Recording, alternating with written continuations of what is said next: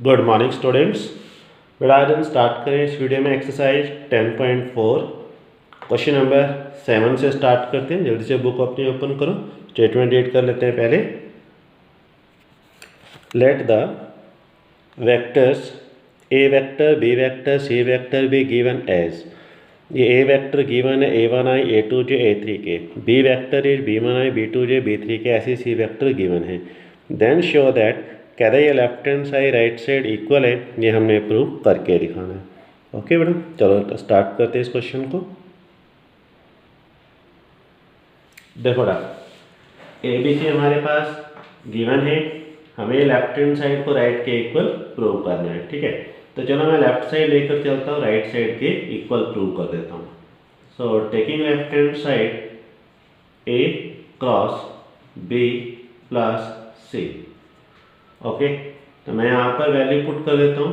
पहले आप ए की वैल्यू पुट कर दें, a1i a2j a3k, a1i plus a2j plus a3k। Okay, cross multiply और ब्रैकेट बी प्लस सी, बी और सी को ऐड कर दो। आई वाली एंट्री आई में प्लस कर दो, जे एंट्री जे में प्लस कर दो, के एंट्री के में प्लस कर दो। तो यहाँ से हमारे पास आई कॉमन आ जाएगा, तो b1 plus c1 i, b2 plus c2 j and b3 plus c3 और ये k। ओके, अब इस ब्रैकेट की और इस ब्रैकेट की क्रॉस प्रोडक्ट करनी है, तो using determinant write here i j and k and write here first row a1 a2 a3, a1 a2 और a3, और सेकंड रो में कौन सी एंट्री लिखोगे, ये वाली।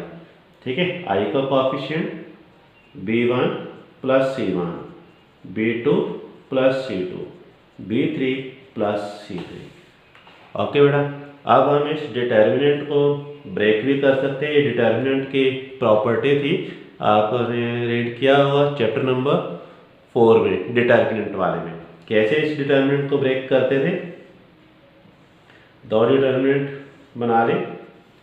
ठीक है, फर्स्ट में पहले फर्स्ट टू रो तो as it is I J के, a1 a2 a3, ऐसे यहाँ पे आई जे के, a1 a2 और a3। ओके बेटा, फर्स्ट टू रो में तो एज इट इज। जब हम इसके अंदर ब्रेक करेंगे कैसे, सिर्फ फर्स्ट एंट्री लेंगे b1 b2 b3, राइट है b1 b2 एंड b3, और सेकंड यहाँ पे रो में लिखे c1 c2 c3, c1 c2 c3। जब हम दो डिटर्मिनेंट को प्लस करते हैं तो क्या होता है कि हमारी जो फर्स्ट टू रो होती है वो तो सेम रहती हैं, और किसी भी एक रो को हम क्या करते हैं, ऐड करते हैं, या एक कॉलम को हम क्या करते हैं, ऐड करते हैं। ओके बेटा, तो अब हमारे पास ये क्या बन गया, देखो ध्यान से। इधर से देखो हमारे पास क्या लिखा हुआ है, ए, और यहाँ क्या लिखा हुआ है बी। तो ये हमारे पास क्या बन जाएगा, ए क्रॉस बी प्लस ये वाला। तो यहाँ क्या लिखा है, ए, और यहाँ पर लिखा है सी, तो ये क्या बन जाएगा, ए क्रॉस सी। ओके, यही हमारी राइट साइड है जो हमने प्रूव करके दिखाना था। This is our right hand side, this question is complete. Okay बेटा, क्लियर दिस क्वेश्चन। चलो नेक्स्ट क्वेश्चन करते हैं। Question number 8 is, question number 8 is, if either A vector 0 और बी वेक्टर 0, तो देन, कह रहे ए क्रॉस बी भी क्या होगा, 0 होगा। कह रहा अगर ए 0 है बी 0 है तो उसकी जो क्रॉस प्रोडक्ट है वो भी क्या होगी, 0 होगी। इज द कन्वर्स ट्रू, कह रहे क्या इसका कन्वर्स ट्रू होगा। Justify your answer with an example, कह रहे कि अपने आंसर को एग्जाम्पल से आप इसको जस्टिफाई कर दें। ठीक है, बिल्कुल सिंपल क्वेश्चन है। देखो ऐसे ही क्वेश्चन हमारे पास पिछले एक्सरसाइज में भी करवाया था मैंने। ठीक है, देखो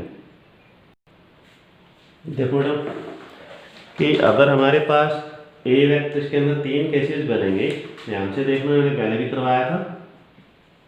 फर्स्ट केस कि इफ ए वेक्टर 0 है बट बी 0 नहीं है, ठीक है, तो उसकी जो क्रॉस प्रोडक्ट होगी वो भी क्या होगी, 0।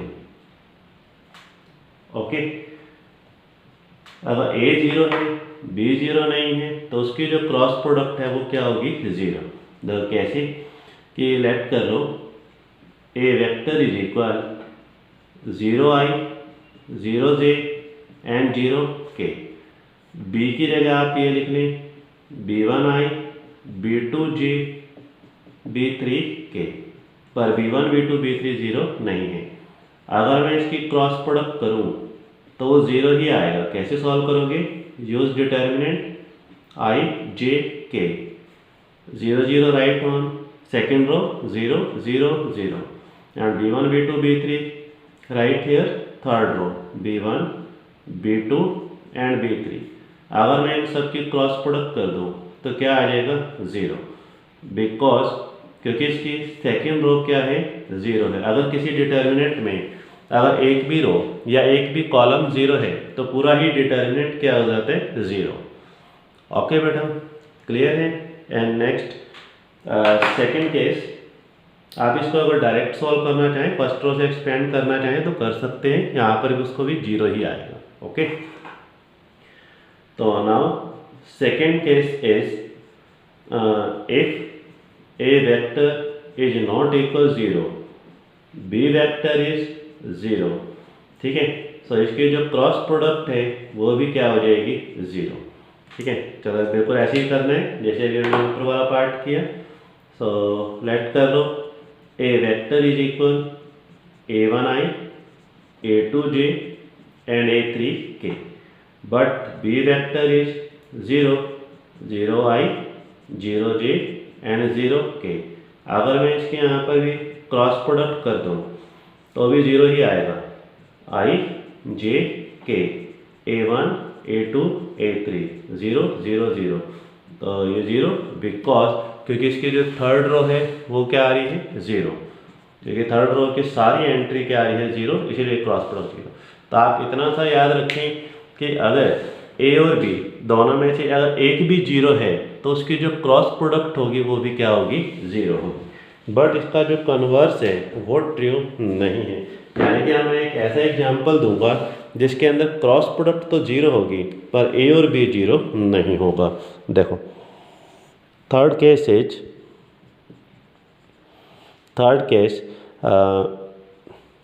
ए क्रॉस बी तो जीरो आएगा, ठीक है, but A is not zero होगा, ठीक है, एंड बी भी क्या होगा नॉट जीरो। ए और बी दोनों में से कोई भी जीरो नहीं होगा, उसकी क्रॉस प्रोडक्ट क्या होगी जीरो। ये हमें प्रूव करना है। ठीक है, देखो ये कन्वर्स वाला पार्ट है। ओके, तो इसका पार्ट हम सॉल्व करें कैसे। देखो एक एग्जांपल आप याद रखें, let A vector is equal, जैसे कुछ भी आप लिख सकते हो 2i 3j plus 5k। Okay, और नेक्स्ट इज कि यहाँ पर आप क्या करो, इसको किसी भी एक नंबर से मल्टीप्लाई करो, जो आपका दिल करे वो कर लो, चाहे 2 से मल्टीप्लाई कर लो, चाहे 3 से कर लो, चाहे 6 से कर लो, आंसर सेम आएगा। तो सबको मैं 2 से मल्टीप्लाई कर देता हूँ। देखो 4i 6j 2 5 10k। ओके, मैं देखो ए भी नॉट जीरो है, बी भी क्या है not zero, A is not zero and B भी क्या लिखा मैंने नॉट जीरो, लेकिन इसकी जो क्रॉस प्रोडक्ट है वो जीरो आएगी। देखो कैसे, यहाँ पे लिख ले आई जे और के, ए की एंट्री 2 3 5 और बी में 4 6 10। अब ध्यान से देखो थर्ड रो में से कुछ कॉमन आ रहा है 2, taking 2 common from third row I J K 2 3 5, यहाँ से 2 3 5। ओके, तो ये क्या बन गया ज़ीरो, बिकॉज क्योंकि इसकी जो सेकेंड रो और थर्ड रो है वो क्या आ रही है सेम आ रही है, सेकेंड रो थर्ड रो क्या आ रही है सेम। तो अगर किसी डिटर्मिनेंट में कोई भी दो रो या दो कॉलम सेम है तो वो डिटर्मिनेंट क्या हो जाते हैं ज़ीरो। ओके बेटा, तो this question is complete. Okay, next question करते हैं, क्वेश्चन नंबर 9 पर आ जाओ। देखो बेटा question number 9 is find the area of the triangle with vertices A B and सी।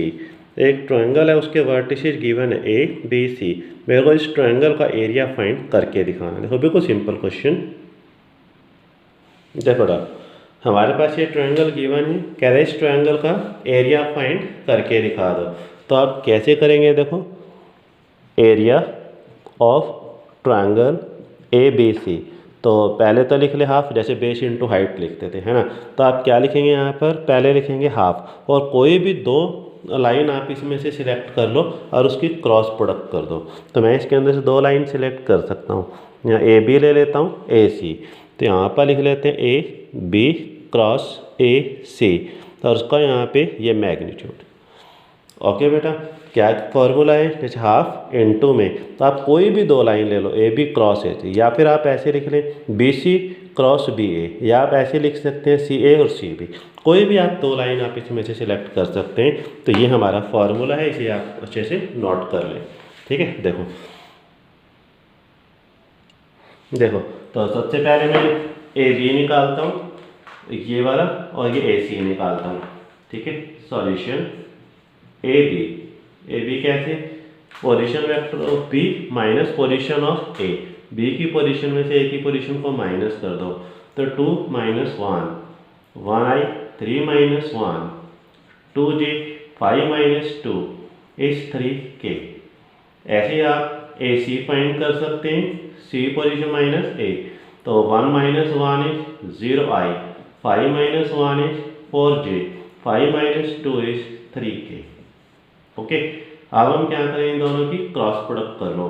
तो यहाँ पर A B cross A C is equal, use determinant, right here I J K, 1 2 3 right on second row, 1 2 3, 0 4 3 right here, 0 4 3, expand कर दो इसको first row से, right here I and J and K. Okay, plus minus plus, I वाली row column छोड़ दो, 2 3 6 minus 12, J row column 3 minus 0, के 4 minus 0, तो यहाँ से हो जाएगा माइनस 6 आई माइनस 3 जे और प्लस 4 के। ओके बेटा, अब हम क्या करें, इसका मैग्नीट्यूड हम वहाँ से डायरेक्ट कर देते हैं। देखो, तो पहले हम यहाँ पर लिखेंगे ये वाला हाफ और multiply A B cross A C है, तो हमने फाइंड कर लिया, कह रहे इसका मैग्नीट्यूड फाइंड कर दो, तो इसका मैग्नीट्यूड निकाल के यहाँ पुट कर दो। तो minus 6 square, square the coefficient of I 36, square the coefficient of J 9, square the coefficient of के 16, टेकिंग रूट। तो यहाँ से ये हाफ हो गया, इन दोनों को ऐड कर दो, 36 एंड 9 45, 45 प्लस 16 11, 5 और 1 6, तो रूट 61, तो यहाँ पर आ जाएगा square unit. This is our answer, this question is complete. Okay, find the area of the parallelogram whose adjacent sides are determined vector, A vector given है, बी वेक्टर गिवन है। तो पैरेललोग्राम की दो साइड हैं वो given है, कह रहे इस पैरेललोग्राम का एरिया फाइंड करके दिखा दो। ओके, देखो ये क्वेश्चन आपने अपने आप करना है, मैं तो इस पैरेललोग्राम का एरिया फाइंड करना था। मैं फार्मूला लिख देता हूँ, एरिया ऑफ पैरेललोग्राम। फार्मूला कि क्या करना है आपने, ए और बी की क्रॉस प्रोडक्ट करनी है और उसका मैग्नीट्यूड फाइंड करना है। ठीक है, जैसे रेक्टेंगल का एरिया करते हैं ना, लेंथ इनटू ब्रेड, ऐसे ही आपने क्या करना है, इन दोनों की क्रॉस प्रोडक्ट करनी है और जो आंसर आएगा उसका मैग्नीट्यूड फाइंड कर देना, आपका आंसर आ जाएगा। ओके बेटा, try your self this question. Okay, next question number 11। Question number 11th is, let the vector a and b such that magnitude of a 3, magnitude of b root 2 by 3, then a cross b is a unit vector। अगर a cross b unit vector है तो उसका magnitude कितना होगा, 1। If the angle between a and b, a और b के बीच में आपने एंगल फाइंड करके दिखाना है। ओके, देखो इस क्वेश्चन के आपने अपने आप करना है। मैंने आपको फॉर्मूला लिखवाया था कि ए मैग्नीट्यूड गिवन है, बी मैग्नीट्यूड गिवन है, क्रॉस प्रोडक्ट यूनिट वेक्टर है गिवन है, तो उसका मैग्नीट्यूड 1 हो गया। ए और बी के बीच में एंगल फाइंड करना है, तो फॉर्मूला इज साइन थीटा और A cross B magnitude divide by magnitude of A magnitude of B. तो इस फॉर्मूले में वैल्यू पुट कर दो और थीटा यहाँ से आप फाइंड कर सकते हो. So try yourself this question. Okay, and next last question of this exercise is question number 12. Find the area of the rectangle having vertices A, B, C, D with position vectors are given.